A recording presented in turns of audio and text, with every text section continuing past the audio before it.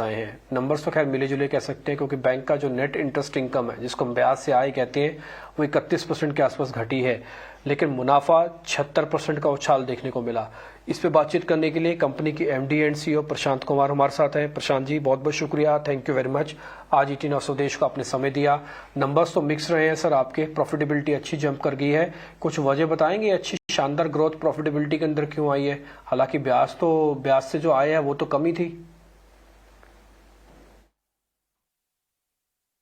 देखिए, हमारे नतीजों में जो सबसे खास बात है कि हमारा जो डिपॉजिट है उस पर हमारी जो कॉस्ट ऑफ डिपॉजिट, जो कि एक बहुत मेजर फैक्टर होता है, ये पहली बार 5% से नीचे आया है और ये 4.9% है।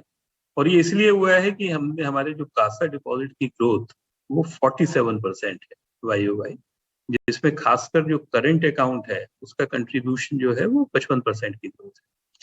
तो जिस तरह हमारे जो कॉस्ट ऑफ डिपॉजिट है वो कंटिन्यूअसली हम उस पर कंट्रोल रख पा रहे हैं और उसके साथ साथ डिपॉजिट की अच्छी ग्रोथ हो रही है, तो आई थिंक आने वाले समय में ये बैंक की प्रॉफिटेबिलिटी में और स्टेबिलिटी में बहुत ही हेल्पफुल।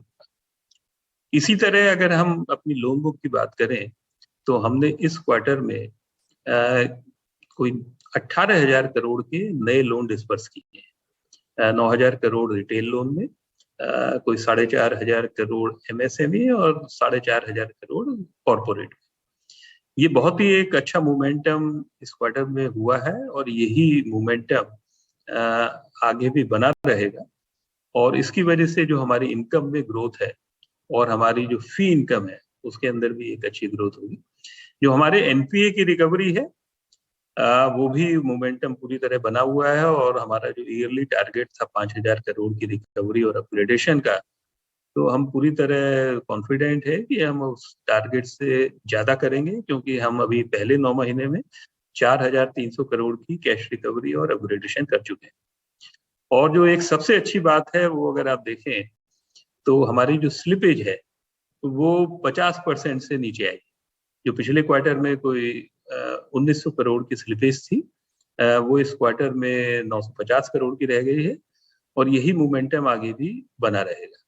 तो अगर हमारी जो क्रेडिट क्वालिटी है उस पर हमारा पूरा तरह कंट्रोल है और बैंक अब एक ग्रोथ फेज में है, लोन साइड पर भी और डिपॉजिट साइड में भी, तो मुझे लगता है कि आने वाले समय में हम अपनी पुरानी जो हमारे इश्यूज थे उसको हम पहले ही डील कर चुके हैं और बैंक आगे आने वाले समय में बिजनेस में भी और प्रॉफिट में भी एक ग्रोथ पार्ट पर रहे। इंटरेस्टिंग है प्रशांत जी, आप ये कह रहे हैं कि आपने प्रोविजनिंग पर आप काफी कंफर्टेबल भी हैं, आपने डिक्लाइन भी किया है। आगे चलकर आपको क्या उम्मीद है कि क्या ये ट्रेंड आगे भी कंटिन्यू होगा या फिर वन ऑफ है? जैसे आप बता रहे हैं कि 5,000 करोड़ रुपए की रिकवरी रही, 18,000 करोड़ रुपए के आपने लोन बांट दिए, तो ये ट्रेंड आगे भी कंटिन्यू होगा, स्पेशली प्रोविजन फ्रंट पर सर? देखिए, प्रोविजनिंग जिस तरह हमारी स्लिपेज कम हो रही है, हमारी एजिंग प्रोविजन अब इतनी बची नहीं है, क्योंकि हमारा कोई 80% प्रोविजन कवरेज है।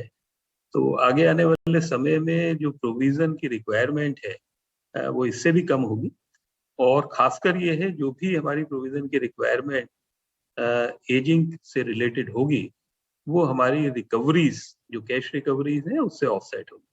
तो आने वाले समय में हमें पूरी उम्मीद है, खासकर FY23 में, कि हमारी जो क्रेडिट कॉस्ट है वो 1% से नीचे रहेगी।